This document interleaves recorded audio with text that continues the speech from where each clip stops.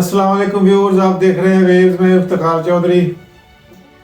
आज मैं अपने चैनल का थोड़ा सा पोस्टमार्टम कर रहा था। मैंने देखा कि मेरे कोई 40% व्यूअर्स ऐसे हैं जो सब्सक्राइब इन्होंने नहीं किया हुआ, जबकि जो बाकी हैं वो उन्होंने सब्सक्राइब किया हुआ है लेकिन वो व्यू नहीं है। यानी जो सब्सक्राइबर हैं उसमें से 60% ऐसे हैं जो व्यू नहीं करते और बाकी जो मेरे व्यूज़ हैं वो उन्होंने सब्सक्राइब नहीं किया हुआ। तो लिहाजा ये दोनों ग्रुपों से मेरी गुजारिश है कि जिन्होंने सब्सक्राइब नहीं किया हुआ लेकिन व्यू करते हैं तो वो सब्सक्राइब कर दें बराए मेहरबानी। और जो लोग सब्सक्राइब तो उन्होंने किया हुआ लेकिन वो व्यू नहीं करते वीडियो को, तो वो व्यू देखना शुरू कर दें, यानी वो वीडियो देखना शुरू कर दें।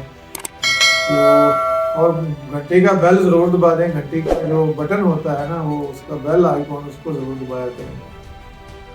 पाकिस्तान का तीसरा बड़ा डैम मोहम्मद डैम, जिसका पुराना नाम मुंडा डैम भी था, इसको आज थोड़ा सा डिस्कस करते हैं।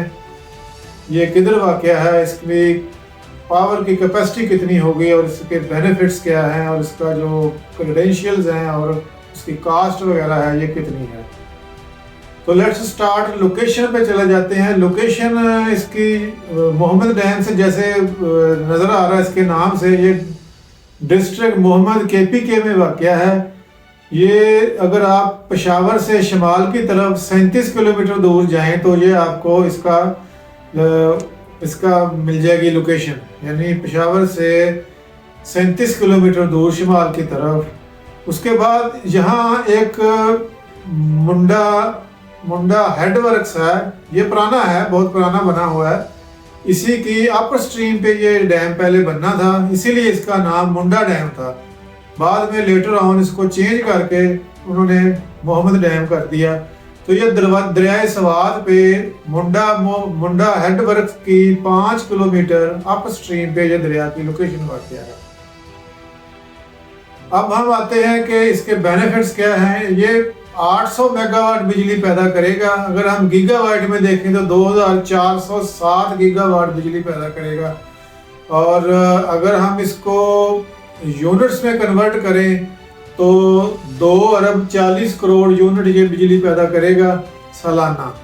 और इसके जो फ़वाइद हैं वो बहुत बेशुमार हैं, यानी काफ़ी फ़वाइद हैं इसके।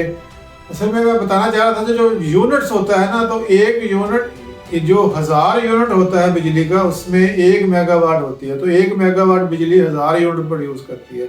तो 800 मेगावाट बिजली जो है वो 2 अरब 40 करोड़ यूनिट सालाना पैदा करेगी।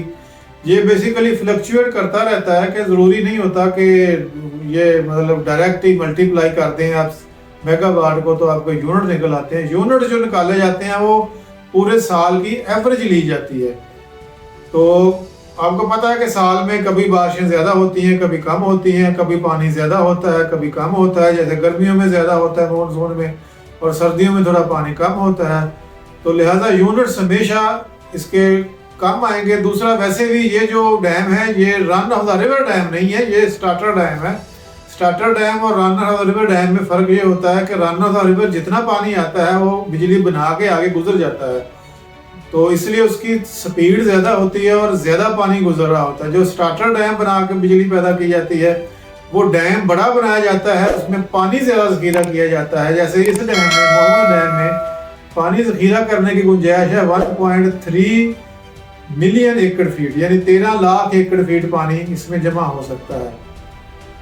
इसके अगर हम फ़वाइद देखें तो 19.6 बिलियन रुपीज़, यानी 19 अरब 60 करोड़ रुपीज़ इसके बिजली की कास्ट के अलावा बेनिफिट्स हैं। ये क्या हैं? ये बेसिकली जो सैलाब की तबाहकारियों से बचाएगा। 15,100 एकड़ लैंड ये और यानी ऐड हो जाती है इसमें।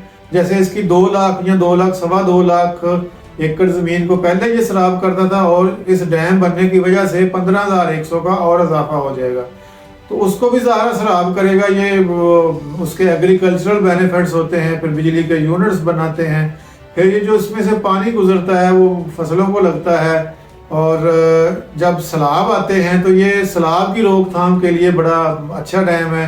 तो जो सैलाब आने की वजह से नुकसानात होते हैं उसको ये रोकेगा। तो इस तरह ये सारे मिला के जो बेनिफिट्स हैं इसके 19.6 बिलियन रुपीज़ हैं, ये रुपीज़ में है। और इसमें अगेन मैं बताता हूँ, जो बिजली की कास्ट है वो शामिल नहीं है, वो तो ज़ाहिर अरबों खरबों में होती है ना। तो आगे चलते हैं कि ये इससे के बनने से पहले ना 2010 का एक सैलाब आया था, बहुत खौफनाक सैलाब था।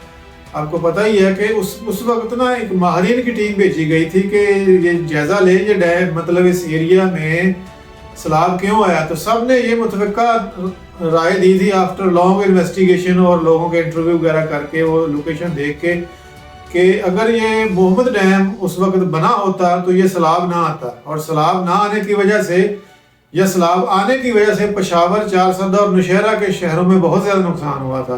तो जब ये डैम बन जाएगा तो इंशाल्लाह एटलीस्ट इन 3 बड़े शहरों में सैलाब का खतरा टल जाएगा।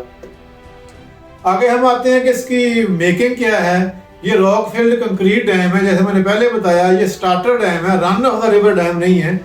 और इसकी जो हाइट है वो 213 मीटर रखी गई है, यानी 213 मीटर ये गहरा, इसको गहरा कह लें या ऊंचा कह लें, और जो लंबा है ये 760 मीटर लंबा होगा। ये इसके रिजर्वायर की लेंथ है। वैसे डैम तो बहुत लंबा होता है, ये मीलों पे फैला होता है। ये जो इसका रिजर्वायर खुद बनाना है आर्टिफिशियल तरीके से, उसकी लेंथ 760 मीटर होगी। अब इसमें खर्चा कितना आएगा? 340 अरब पाकिस्तानी रुपीस आएंगे, यानी 340 अरब 340 बिलियन रुपीस इसमें टोटल कास्ट आएगी। अब जब ये डैम बन जाता है तो इसकी ओनरशिप का होता है कि ये किसके पास आएगी। ये गवर्नमेंट ऑफ पाकिस्तान के पास ओनरशिप रहेगी और वापडा इसका ऑपरेटर रहेगा, यानी ये प्योरली 100% पाकिस्तान का ही डैम है। इसमें कोई लोन शोन नहीं है। सऊदीया ने अभी थोड़ा सा इसमें दिया है, वो उसको आप एक इन्वेस्टमेंट कह लें या हेल्प कह लें, जैसे भी कह लें, तो वो थोड़ी सी है। लेकिन बाकी इसके जो कास्ट है वो भी पाकिस्तान और वापडा भी बियर करेंगे और बेनिफिट्स भी ऑफ कोर्स शामिल होगी, उठाएंगे। जब आप इसकी स्टार्ट और कंप्लीशन की बात करेंगे तो ये डैम 1963 में आइडेंटिफाई हुआ था। बेसिकली ये साइट आइडेंटिफाई उस वक्त हुई थी, और आप देख लें कि 1963 किधर है और अभी 2023 चल रहा है, बहुत टाइम गुजर गया। तो ये यहाँ से हमारी हुकूमतों की जो बेहिसी है वो ज़ाहिर होती है। तो फाइनली ये 2000 में अगेन इसकी फिजिबिलिटी दोबारा से बनाई, रिवाइज की गई थी, और सारा इसका जो लेआउट है, जो कास्ट है, वो सारा नेगोशिएट हुआ था। इवन 2000 से लेके 2017 तक भी कोई काम नहीं इस पे हुआ, सिवाय चंद कागजी कामों के और थोड़े थोड़े पेपर वर्क और फाइल वर्क के और बयानबाजी के अलावा। 2017 में जाके इसने गवर्नमेंट ने इसको सीरियसली टेकअप किया, और 19 में जाके इसकी 2019 में इसकी बाकायदा जो तामीर थी वो शुरू हो गई। उसके बाद अल्हम्दुलिल्लाह ये टिल टुडे अब जारी है और ऑलमोस्ट 80% ये कंप्लीट हो गया है, और इसका जो डेट है वो 2024 में कंप्लीशन है।